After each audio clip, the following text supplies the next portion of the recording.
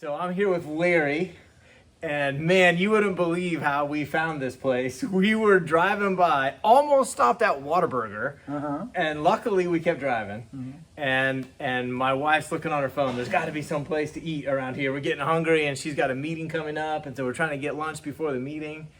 And so she saw your place. It came up on to come stop here for lunch, and so we tried to make the turn, but we drove right past it, the turn, and then we made the U-turn, came back, went down the road.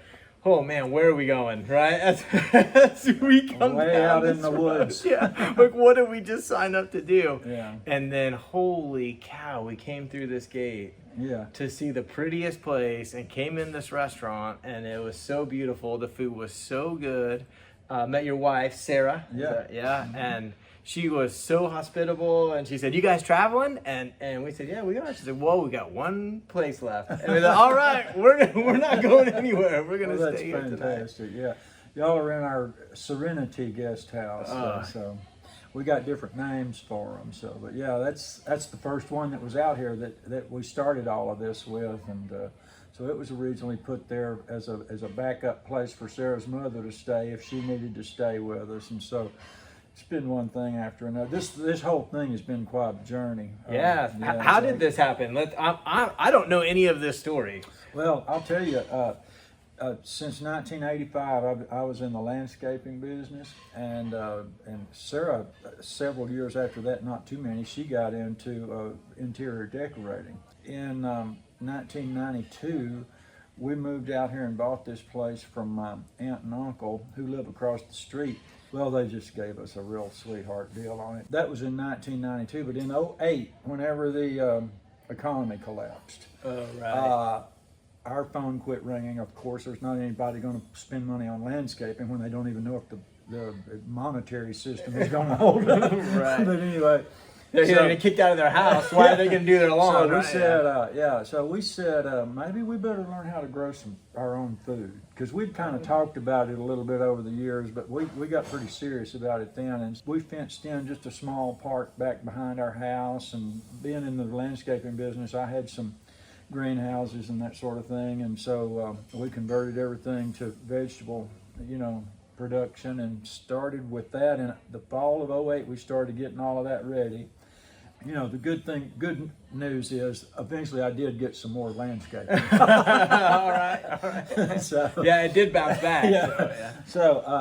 But we started that fall, and we really got seriously planting in 2009.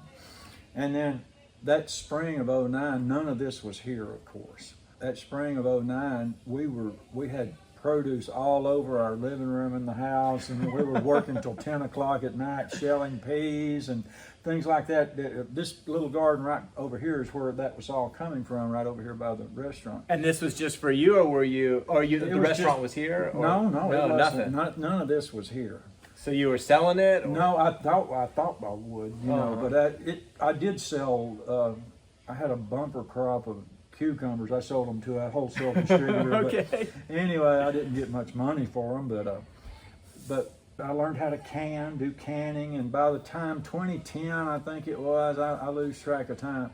By the time 2010 rolled around, though, we realized we couldn't keep doing that to our house and our kitchen, so we built this commercial kitchen back here. And it was mainly just going to be for canning. I went and got my USDA commercial canning certification and all like that. I started really getting into it. In 2010, we built the kitchen. It was big enough to put a couple of big tables there, and we started feeding some people there in the kitchen. We could seat 28 people. It was 2013. We expanded out. The first expansion on the restaurant, we just thought it was a huge room. It's over there where those chandeliers are. Oh, right. We expanded out to there in 2013, and we thought that was huge, but it wasn't big enough. 2016, we moved. These windows here used to be up there, and we just moved everything back. And it's about 5 times bigger now, the way he's describing. Yeah, we could seat about 125 in here then. We could seat 40-something in there. Anyway, so then in 2017, we had built a covered patio back here behind these windows.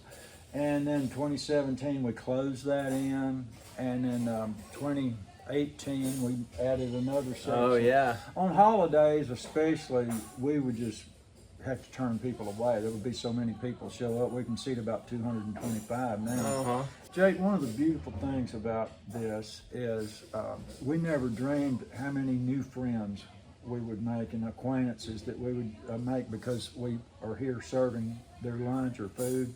So it's been really, really rewarding. I'd say it's way more rewarding than the profits, but Oh yeah, okay, good to know. but good to they'll know. take care of themselves eventually. But we've got other things. You know, our guest houses, those are really, that's one of the best things we've ever done as far as lack of overhead. I mean, you know, we paid for everything as we went, and so all we need to do is just clean it up and get it ready for the next one. I like that. Yeah. So we really enjoy the hospitality business. But anyway, we meet you and just people. That's just the way it is, a regular thing. It has a vibe here. This is a connection place. You can just feel it when you drive in. It's actually one of the things I wanted to ask you, because I knew when I came in that we just showed up somewhere. And I didn't know how this happened, but I was like, we are somewhere. There's something about the place that's nice. And I thought, you know, I bet the owner's got some sort of a value system that is being expressed throughout this. And so connection is definitely one of them. What else would you say sort of runs the vibe of this place? Well, I'll tell you, if I can just cut really down to the spiritual do chase. it. Well, of course, I was called to preach in 1990. I was a pastor and preacher, and so when we started this over here and moved out there in 2013, it just worked out. That was a perfect time for us to start our Bible fellowship here, which meets every Sunday at 10:45. One of the things I got bold enough to even publicly pray for is that anytime anybody drives through the gates, that they will experience the glory of God's presence here. Oh my gosh. And here you come saying that to me. Like that's another confirmation. It's not really me, it's the Lord. It's His presence. This is going to be crazy, Larry, but so my wife and I have been planning this trip. And at first we were going to go to California and see my parents. Then we were going to go to Nebraska and see some of her family. One reason or another, each one kind of fell through.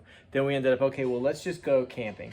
And our reason for it initially was we like adventure and we want to practice doing our business from the road. We want to figure out a way to do it. And so this is a nice, easy test for somewhere in the future. But I was noticing some pressure about trying to, I need to have a great adventure and get it on camera, you know, all this stuff. And so every morning we live by a lake, and every morning I walk by the lake and I speak with the Lord. That's wonderful. And this morning I was walking and he said, why don't you just let go of it all and realize that your purpose on this is not to have some sort of once in a lifetime Louisiana experience. It's to connect with your wife. It's to have some fun, you know, go out, and why don't you just let me lead you on your trip? That's amazing. Man, and it's like, it's like he was hearing both of our prayers, and suddenly here we are. Yeah. That's wild. Well, you know, one thing that I've been around long enough to know that God is a real planner. I mean, that's kind of like the understatement of the year, but He's into every detail in the universe, but nothing is more special to Him than you and I, and all of His children. And if we can just learn that, to just kind of relax in our journey with Him, it really becomes then just a fabulous journey where you'll over and over. I'm sure you've got enough testimonials as well, but we see Him do exceeding abundantly above all we can ask or think. That's according to Ephesians 3:20. So that's just been my experience. He always goes, it's always bigger and better than I could have come up with on my own. We could have never dreamed this. We were just trying to learn how to grow some tomatoes. Just trying to get some tomatoes and some cucumbers as a bumper.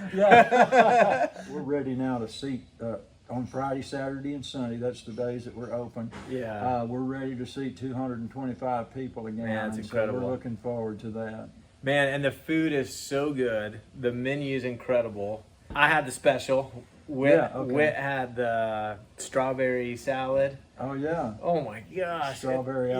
avocado. Yeah. Yeah. Oh, so good. And she's like, here, taste one of these strawberries. Yeah, I was that's like, good.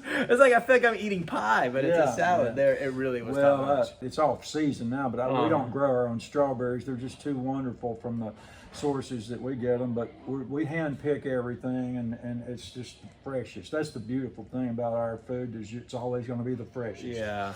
I tell people that all the time that Sarah and I we walked with the Lord for many, many decades now, since the early '80s. But now He's got us running with Him. I love it. It'll keep you busy.